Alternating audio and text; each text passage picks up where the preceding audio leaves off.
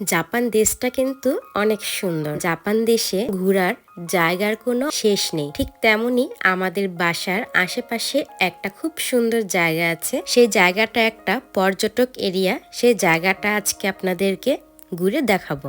কি অবস্থা সবার? কেমন আছেন আপনারা? আমি অনি, আলহামদুলিল্লাহ আমিও ভালো আছি। আপনারা এখন যে ব্লগটি দেখছেন সেই ব্লগের নাম্বার হচ্ছে ব্লগ 36। চলেন তাহলে আমরা ব্লগটি প্রথম থেকেই দেখার জন্য শুরু করি। পানির কালারটা কি সুন্দর না? পানির কালারটা না আসলেই অনেক সুন্দর, যা বলার মতো না। আর এটা কিন্তু কোনো কৃত্রিম কালার না, এটা পানির ন্যাচারাল কালার। যারা নাকি গুনমা আগাসুমাতে থাকেন তারা হয়তো এই জায়গাটার সাথে অনেক পরিচিত। আচ্ছা, আমি কেন এটাকে এই জায়গাটা বলতেছি? এই জায়গাটার তো একটা নিজস্ব নাম আছে।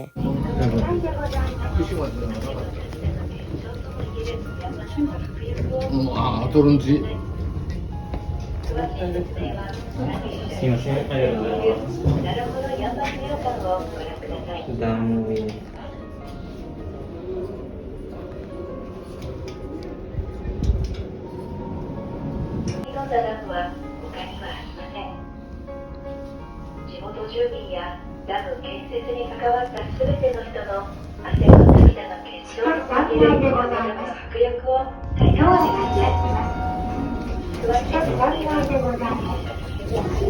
ওয়াও,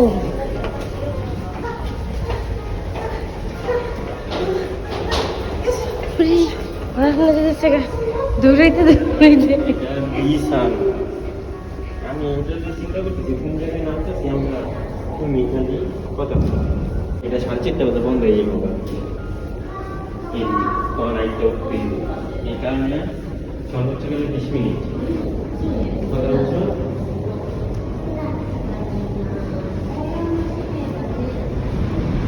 মূলত সৌন্দর্যই হচ্ছে এখানকার মধ্যে এই জায়গাটা। আর আমরা এখন যে জায়গাটায় আছি সেই জায়গাটা লিফটের মাধ্যমে নিচে নামতে হয়। তার আগে উপরে ওই জায়গাটায় আমরা ছিলাম। এখন লিফটের মাধ্যমে প্রায় 6 থেকে 7 তালা পর্যন্ত নিচে নেমেছি। আচ্ছা, জায়গাটার নাম হচ্ছে ইয়াম্বা ড্যাম। ড্যাম মানে তো আমরা সবাই জানি, ড্যাম অর্থ হচ্ছে বাঁধ। আর এই ড্যামটার নাম হচ্ছে ইয়াম্বা ড্যাম। এখন ইয়াম্বা ড্যাম সম্পর্কে কিছু আইডিয়া আমি আপনাদেরকে জানাই। ইয়াম্বা ড্যাম হলো নাগানোহারার একটি বাঁধ, আগাতসুমা জেলা, গুনমা প্রিফেকচারে। 1966 সালে নির্মাণ শুরু হয়। অক্টোবরের 2019 সালে কার্যকারী সমাপ্ত হয় এবং 1 এপ্রিল 2020 সালে আনুষ্ঠানিকভাবে উদ্বোধন হয়।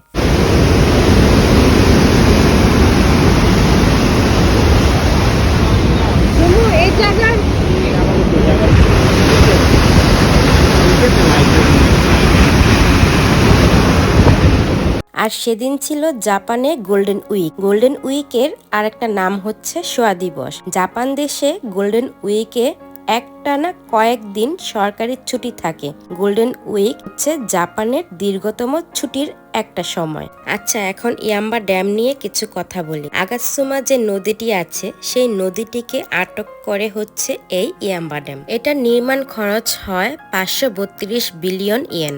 বাঁধটি পরিকল্পনা 1952 সালে শুরু হয়েছিল এবং 2015 সালের মধ্যে এটি সম্পন্ন করার জন্য পরিকল্পনা করা হয়েছিল।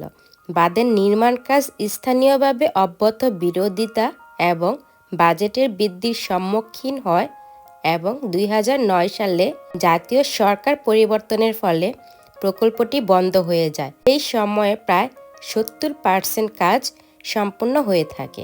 বাঁধটিকে সুন্দরভাবে পর্যবেক্ষণ করার জন্য পাহাড়ের আশেপাশে অনেক জায়গাতে এরকম পুল তৈরি করে দেয়।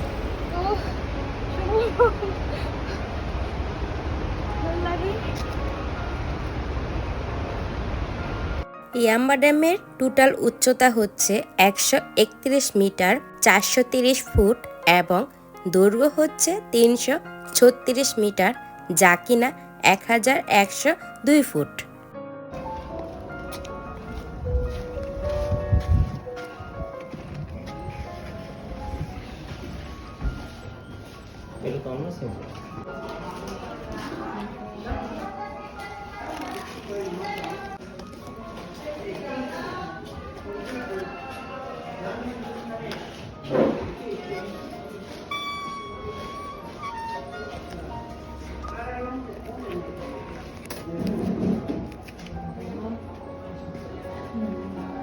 সমু সমু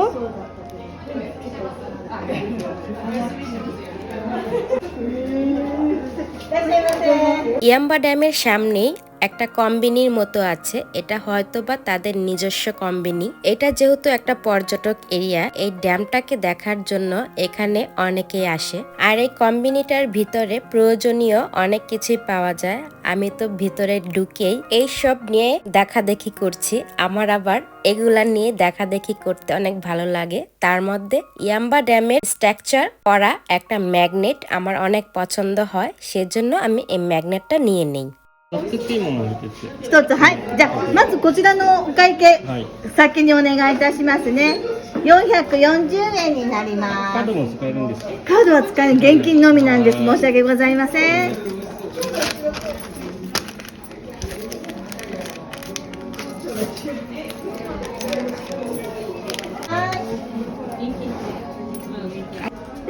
はい、お待たせいたしました。はい、どうぞ。ありがとうございます。 এটা নাও সমু, এটা নাও। これも持ってってくださいね。ありがとうございます。 মাছ। সিডার পাইবা? এটা একটু নাও না। ইয়াম্বা ড্যাম সিডার এটার পানি দিই।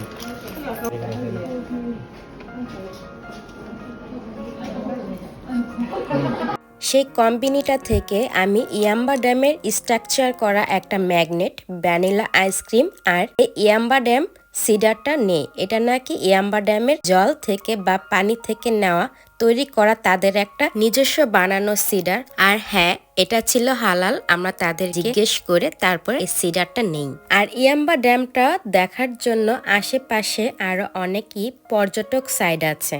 ইয়াম্বা ড্যামটি দেখার জন্য এখন আমরা এক সাইড থেকে আরেক সাইডে আসি, তবে ওইটা ছিল ইয়াম্বা ড্যামের মেন সাইড। ইয়াম্বা ড্যামের এই এলাকার চারপাশে দেখার জন্য একটি উভচর বাস, ট্রেন এবং বিভিন্ন ধরনের পানির কার্যকলাপ উপভোগ করার সুযোগ আছে। আমরাও চেয়েছিলাম পানিতে ভাসমান এই বাসটিতে ওঠার জন্য, কিন্তু বাসটিতে ওঠার জন্য একটা টাইম মেনটেন করা আছে। সেই টাইম এবং বাসের সিট বুকিং হয়ে গেলে আর তো বাসে ওঠা সম্ভব না। আর এটা হচ্ছে যে বাসটা পানিতে এখন নামবে, সেই বাসটা নামার জন্য বাসের একটা নিজস্ব রাস্তা। এই পানির ভাসমান বাসটিতে উঠলে ইয়াম্বা ড্যামের 4-5টা সুন্দর করে বাসে বসে উপভোগ করা যায়। বাসটি প্রায় 30 থেকে 40 মিনিটের মতো পুরা 4-5টা সুন্দর করে ঘুরে দেখাবে।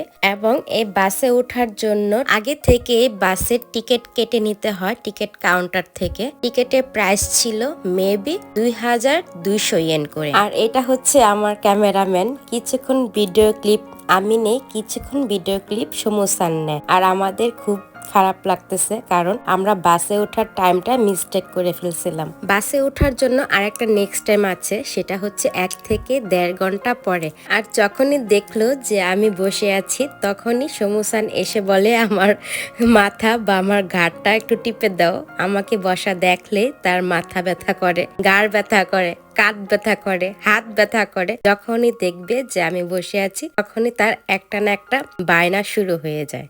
আর সামনে কিন্তু বিশাল বড় একটা ব্রিজ আছে, সেই ব্রিজ থেকেও কিন্তু ইয়াম্বা ড্যামটা সুন্দর দেখা যায়। বাচ্চাদের খেলার জন্য এখানে সুন্দর একটা স্পেস করা আছে। তাছাড়া বারবিকিউ এবং ক্যাম্পিং করারও কিন্তু সুযোগ আছে। অক্টোবর শেষ থেকে নভেম্বরের শুরু পর্যন্ত কাছাকাছি আগাছুমাতেও গর্জস সুন্দর শরতের পাতায় ঢাকা থাকাকালীন ইয়াম্বা বাঁধের চারপাশের পাহাড়গুলি শরতের পাতা লাল এবং কমলা রঙের রঙিন হয়ে ওঠে। আর তখন পাহাড়গুলি দেখতে ভীষণ সুন্দর দেখা যায়। জাপানের 4 ঋতু জুড়ে এই ড্যামকে ঘিরে সুন্দর সুন্দর দৃশ্য রয়েছে। ইয়াম্বা ড্যাম মানে এই জায়গাটায় আসতে আমাদের বাসা থেকে প্রায় 30 থেকে 40 মিনিটের মতো সময় লাগে। আমরাও এখন ইয়াম্বা ড্যাম থেকে চলে যাচ্ছি। আপনাদের কাছ থেকেও বিদায় নিলাম। সবাই ভালো থাকবেন, সুস্থ থাকবেন, আমাদের জন্য দোয়া করবেন। আজকে এই পর্যন্তই, দেখা হবে নতুন কোনো ব্লগে। আল্লাহ হাফেজ।